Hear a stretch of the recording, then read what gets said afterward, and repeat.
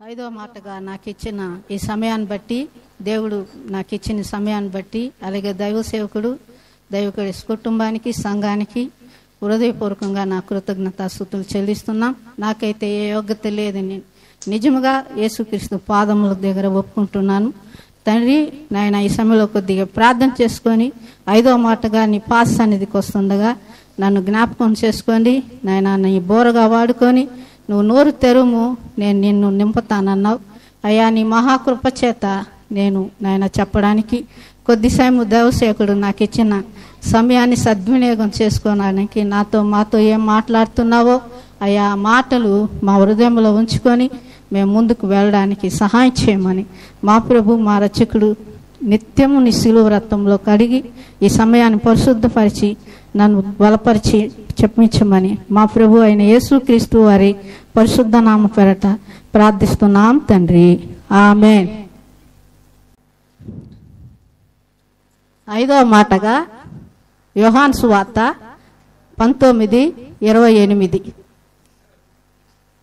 అటు తర్వాత సమస్తమును అప్పటికి సమస్తమైనదని యేసు ఎరిగి లేఖనములు నెరవేరునట్లు నేను దప్పిగొనుచున్నానెను. యోహాను సువార్తలో 19:28లో ఆయన చెప్పిన ఐదవ మాటను బట్టి సమస్తమును అప్పటికి సమస్తమైనదని లేఖనములు నెరవేరునట్లు నేను దప్పిగొనుచున్నాను. లేఖనములు నెరవేరింది. ఇప్పుడు 3-4 చెప్పారు. ఆ లేఖనములు నెరవేరినట్లు చక్కగా ప్రతి బిడ్డ దేవుడు వాళ్ళు చెప్పినట్లు చక్కగా చెప్పారు. ఆ లేఖనములు ఏందంటే యెషయా 53:5 నేను చెప్పనండి, అవన్నీ లేఖనములే. అది నెరవేర్చబడడానికి ఆయనకి ఈ లోకానికి వచ్చాడు. అలాగే 1 కొరింథీయులు 10:15 లేఖనముల ప్రకారం క్రీస్తు మనం పాపముల నిమిత్తం మృతి పొందెను, సమాధి చేయబడెను. లేఖనముల ప్రకారం 3వ దినమున లేపబడెను. ఈ లేఖనములు నెరవేరింది. కానీ ఆయనకు ఒక దప్పిక ఉంది. ఆ దప్పిక ఏందంటే అపోస్తల కార్యము 17:30 చెప్పయ్యా. ఆ అజ్ఞాన కాలములను దేవుడు చూచి చూడనట్లుగా ఉండెను. ఇప్పుడైతే అంతటను అందరూ మారు మనసు పొందవలనని మనుషులకు ఆజ్ఞాపించుచున్నాడు. అలాగే 31 కూడా, ఎందుకనగా తాను నియమించిన మనుషుని చేత నీతి అనుసరించి భూలోకమునకు తీర్పు తీర్చబోయేది ఒక దినమున నిర్ణయించి ఉన్నాడు. మృతులలో నుండి ఆయన లేపినందున దీని నమ్ముటకు అందరికీ ఆధారం కలగజేస్తున్నాడు. ఏందమ్మా, అందరూ అప్పుడైతే అజ్ఞాన కాలంలో ఉన్నది చూసి చూడనట్టున్నాడు దేవుడు. ఇప్పుడైతే అందరూ అంతటా మారు మనసు పొందాలని ఆయన ఎదురు చూస్తున్నాడు. అదే ఆయన దప్పిక. రెండేది ఏమిటంటే దేవుడు ఆయన్ని ఎందుకనగా తాను నియమించిన మనిషి చేత నీతిని అనుసరించి భూలోకమును తీర్పు తీర్చడిపోయేది ఒక దినం ఉంది, దాన్ని నిర్ణయించి ఉన్నారు. మృతులలో నుండి ఆయన లేపినందున దీన్ని నమ్ముటకు అందరికీ అంటే మనకందరికీ ఆధారం కలగజేస్తున్నాడు.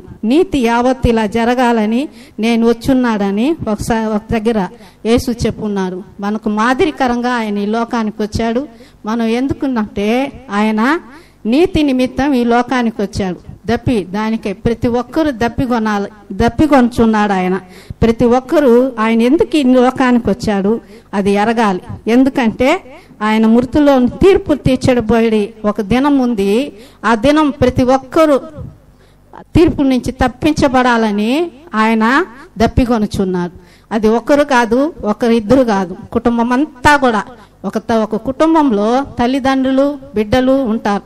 ఒకరు నమ్ముకొని కుటుంబంగా రాలేకపోతే, భార్య నమ్మి బిడ్డలు భర్త నమ్మకపోతే ఆ స్త్రీకి ఎంత వేదన ఉంటుందో నేను అనుభవించానండి ఒకసారి.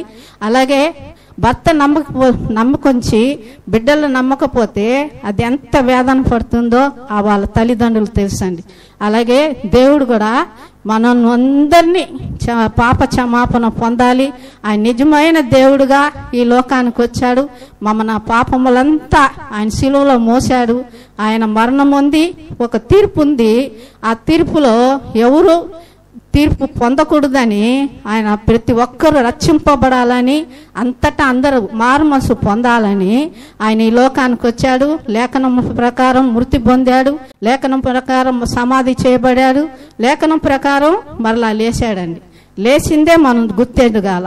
ఆయన వచ్చాడు, ఆయన పని ముగించాడు. కానీ లేఖనముల తర్వాత ఆయన దప్పికొనుచున్నారు.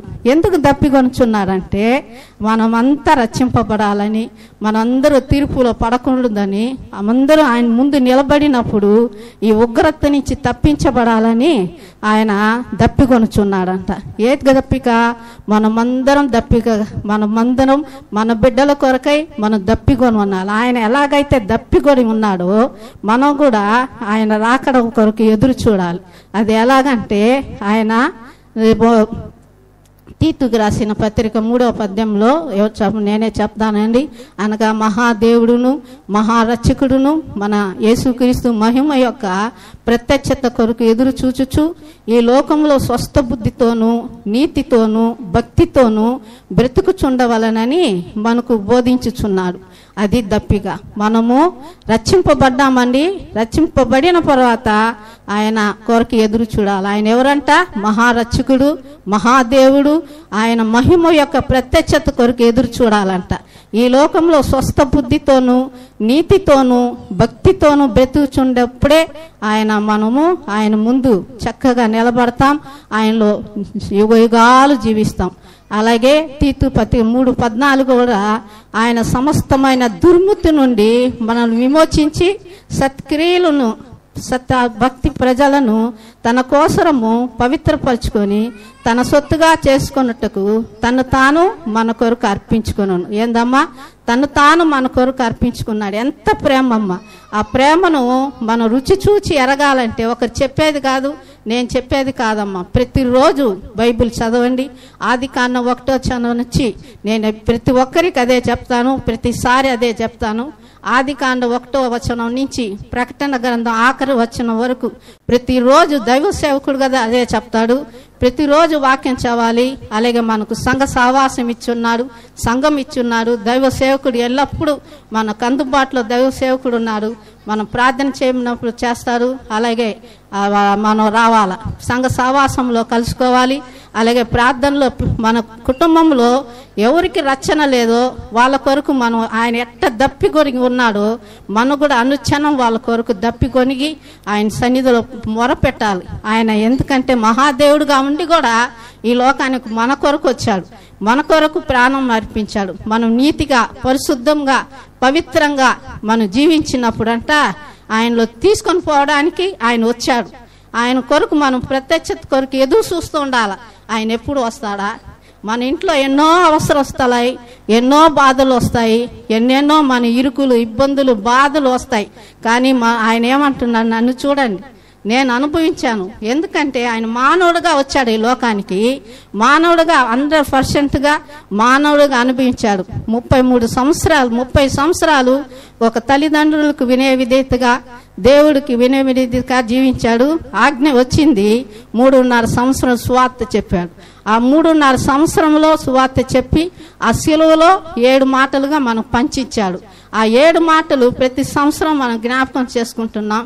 ప్రతి ఒక్కరూ అనుసరిస్తున్నారో లేదో తెలియదు, కానీ నేనైతే ప్రతి క్షణం కూడా బైబిల్ 2022లో నమ్ముకున్నామండి. ఆ రోజు నుంచి ఈ రోజు కూడా నేను నా ఇంట్లో ఎవరైనా అడగండి, నేను వెళ్తున్న మందిరంలో అడగండి, నేను ఎలాగున్నానో నా ప్రవర్తన ఎలాగుందో ఆ దేవుడికి తెలుసు. అలాగే సాక్ష్యం కూడా మనం పంచుకోవాలి. మన సాక్ష్యం మనం కాపాడుకోవాలండి. అలాగే నేను ప్రతి క్షణం కూడా బైబిల్ చదువుతున్నప్పుడు దేవుడు ఇదే చెప్తాడు, నేను నా కొరకు ప్రత్యక్షత కలిగి ఎదురు చూడు, నా ప్రత్యక్ష కొరకు. ఈ లోకంలో కొద్దిసేపే ఉండేది శ్రమలు, శరీరంలో వస్తున్న బాధలు, రోగాలు, వేదనలు, శోధనలు, ఇబ్బందులు, ఇరుకులు, ఇవన్నీ కాదు నువ్వు చూడాల్సింది. నన్ను చూడు. నేను కూడా హెబ్రీ పత్రిక 3వ అధ్యాయం 12-13 అంటాడు, నేను అన్నీ సహించాడంట. దేవుడి దగ్గర యుగాలు జీవించడానికి ఆయన ఇదన్నీ సహించాడంట. మీరు కూడా ఇవన్నీ సహించండి. రేపు యుగాలు ఆయన ముందు మహాదేవుని పక్కన కూర్చొని ఆయన స్తుతించే భాగ్యాన్ని ఇచ్చాడు. కాబట్టి మనం కూడా ఏం చేయాలంటే మొదట ఇది చూడాలి, ఆత్మరక్షణ ఉందా, మన పిల్లలకి ఆత్మరక్షణ ఉందా, మన కుటుంబానికి ఆత్మరక్షణ ఉందా, మన ఈ పక్కింటి వాళ్ళకి, ఎదురింటి వాళ్ళకి, మన ఊరికి, మన రాష్ట్రానికి, మన దేశానికి, మన దేశం పరిపాలిస్తున్న అధికారులకి ఉందా అని ఆయన దప్పికొనుచున్నాడు. ఈ దప్పిగా ఎవరికున్నదో వాళ్ళ కొరకు ఆయన ఎదురు చూస్తున్నాడు. వాళ్ళ కొరకు ఆయన వస్తాడు. వాళ్ళ కొరకు వాళ్ళని తీసుకొని పోవడానికి మరలా ఆయన వస్తాడు. ఎందుకంటే ఎవరు దప్పికొనుకున్నారు? ఆయన లేఖనములు ప్రతిరోజు చదివినప్పుడు ఆయన మాట్లాడతాడు.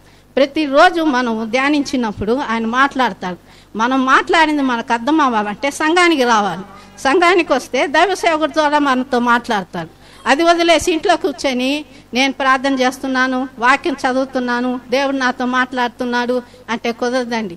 మనం చదివిన వాక్యం మనం వినాలంటే దేవుడి సన్నిధికి రావాలి. దేవుడు దైవ సేవకుడి ద్వారా మనతో మాట్లాడతాడు. మనం రోజు చదువుతున్నాం వాక్యము, అది మనకు అర్థం అవ్వాలంటే దేవుడు దైవ సేవకులు మన కొరకు ఇక్కడ సిద్ధపడి ఉన్నాడు. ఆయన ద్వారా మనతో మాట్లాడతాడు. మాట్లాడుతున్న ప్రతి మాట మన కొరకై సిద్ధపడిన మాటలే. అందుకే దేవుడు ఆ శిలువలో ఆయన ఎందుకంటే ఆయన దప్పికొనుచున్నానన్నాడు. లేఖనములు నెరవేరింది. యేసు అప్పటికి సమాస్తం అనేదని యేసు ఎరిగి లేఖనములు నెరవేర్చినట్లు నేను దప్పికొనుచున్నాను అన్నాడు. ఆ దప్పిక చూడండి ఎంత దప్పికో. ప్రతి ఒక్కరు దేవుని కొరకు ఎదురు చూడాలని దప్పిక. ప్రతి ఒక్కరు నా కొరకు నేను నా ప్రజల కొరకు ప్రాణాన్ని అర్పించాను, నా కొరకు సిలువలో మరణం పొందాను, తిరిగి లేచాను, మీ కొరకు రాబోతున్నాను. ఇది దప్పిక. మీరందరూ తెలుసుకోండి అంటున్నాడు. ఈ లోకంలో వచ్చేది ఇబ్బందులు, అబ్బా నాకు అది లేదే, ఇది లేదే, నాకు అది కావాలా, ఇది కావాలా కాదండి. మనకు మొదట రక్షణ కావాలి. ఆయన ముందు నిలబడడానికి రక్షణ కావాలి. మన బిడ్డలకు రక్షణ ఉందా లేదా అని చూడాలి. మన భర్తకు రక్షణ ఉందా లేదా చూడాలి. మన కుటుంబం పక్కన ఉండేవాళ్ళు నరకంలో పడవటం మంచిది కాదండి. వాళ్ళ కొరకు ప్రార్థన చేసేవారంగా ఉండాలి. వాళ్ళ రక్షణ కొరకు మనం ప్రార్థించేవారుగా ఉండాలా.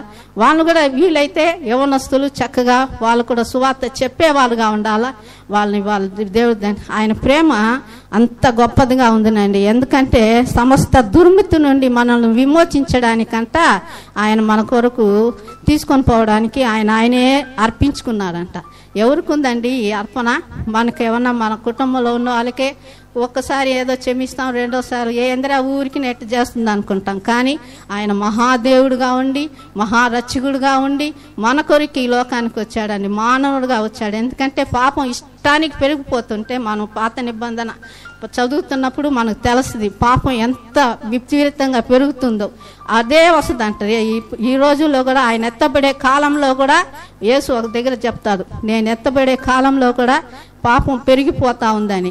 అది అలాగే ఇప్పుడు అలాగే ఉంది, పాపం పెరిగిపోతా ఉందండి. ఈ పాపం నుంచి మనం తప్పింపబడాలంటే అనుక్షణం మమ్మల్ని మనం సరి చేసుకోవాలి. ఈ అపోస్తకార్యం చెప్పిన రీతిగా ఆయన నమ్మట్టుకు ఆధారం కలగజేశాడు. నమ్మట్టుకు ఆయన తిరిగి మన కొరకు లేబోతున్నాడు. ఆయన కొరకు మనం ఎదురు చూసినప్పుడు మనం తీసుకొని పోవడానికి ఆయన తిరిగి రాబోతున్నాడు. అది ఆయన దప్పిక. నువ్వు దప్పికొనుచున్నాను అన్నాడు. ఆ దప్పిక మీలో ఉందా అండి? నాలో అయితే ఉందండి. ప్రతి క్షణం ఆ దప్పిక నాలో రగతనే ఉంటుంది. ఆ దప్పిక ఇంట్లో ఏ ఉన్నా లేకపోయినా నేను చూడనండి. నేను నిత్యం ఆయన పాద సన్నిధిలో నేను ఈరోజు దప్పికొని ఉన్నానా, ఈరోజు నేను ఈ సన్నిధిలో ఎట్టున్నాను, గ్రహింపు నాకు దయచేయను ఆయన అని నేను ప్రార్థన చేసుకుంటాను. అదేవిధంగా నాలో ఈ దప్పిక ఎప్పుడు తీరుతుందో అప్పుడు నన్ను నీ సన్నిధి చేర్చుకొని ఆయన, నాకొద్దు ఈ లోక పాపంలో నిన్ను వదిలేసి నేను పడిపోవడం నాకు ఇష్టం లేదు నాయన. ఎప్పుడు ఈ దప్పిక నాలో వెళ్ళిపోతుందో, ఎప్పుడు నిన్ను విడిచి ఈ లోకంలో చూస్తానో అప్పుడు నన్ను విడిచిపెట్టకు, నన్ను నీతో తీసుకొని పో అని ఇదే ప్రార్థన చేస్తాను నేను. అలాగే నా కుటుంబంలో కూడా నా బిడ్డలు ఎలాగున్నారు మొదట అది చూస్తాను. దేవుళ్ళో ఉన్నారా లేదంటే ఎట్ట ఉన్నారు పరిశీలిస్తాను. నా కూతురు ఎలాగుంది, వాళ్ళ పరిచర్య ఎట్టుంది, వాళ్ళ సంఘం ఎలాగుంది, వాళ్ళ సంఘ పరిచర్య ఎత్తుంది, అలాగే నేను చూస్తాను. భర్తను ఎలా ఉన్నాడు, ఆయన ప్రార్థన చేస్తున్నాడా లేదా అని. మా భర్త ఇప్పుడు చక్కగా బైబిల్ చదువుతున్నాడండి. చక్కగా ఆయన మరలా బైబిల్ చదవడం మొదలుపెట్టాడు. నాకు ఎంతో సంతోషంగా ఉంది. అలాగే వేకుజాములో లేచి ప్రార్థన చేయడం నేర్చుకున్నాడు. ఫస్ట్లో ఉండిందండి 2002లో మేము రక్షణ పొందినప్పుడు ఉదయం లేచి ప్రార్థన చేసేవాళ్ళం. కానీ అది అట్టా పోయి చేసుకుంటాము. కుటుంబ ప్రార్థన ఉంటుంది మా ఇంట్లో, ఎప్పుడు కుటుంబ ప్రార్థన ఉంటుంది, వ్యక్తిగత ప్రార్థన ఉంటుంది, సంఘ సహవాసంలో కలుసుకుంటాం. ఎప్పుడైనా నాకు ఒళ్ళు బాగాలేకపోతే, ఈ ఎండలకి రాలేకపోతున్నానే కానీ ప్రతి నిమిషం నేను మందిరానికి రావడం, అలాగే నాయన ఆ దప్పిక నాలో ఉంటుందని ప్రతి క్షణం నేను ప్రార్థన చేస్తుంటాను నా కుటుంబం కొరకు. నా కుటుంబం ఎల్లప్పుడూ నీ పాద సన్నిధిలో ఉండాలి నాయన, ఎత్తబడే గుంపులో నా కుటుంబం మొదట ఉండాలి నీ పాద సన్నిధిలోని అని నేను ఎప్పుడు ప్రార్థన చేస్తుంటానండి. అందుకే ఆయన చెప్తున్నాడు, అటు తర్వాత సమస్తమును అప్పటికి సమస్తమైనదని యేసు ఎరిగి లేఖనములు నెరవేరినట్లు నేను దప్పిగొనుచున్నాను అన్నానండి. ఈ దప్పిగా మనమందరం కలిగి ఉంటాము. ఆయన రాకడలో ఆయన ముందు ఎత్తబడే గుంపులో ఉంటాము. ఈ కొద్ది వాక్యం దేవుడు దీవించునుగాక. ఆమేన్.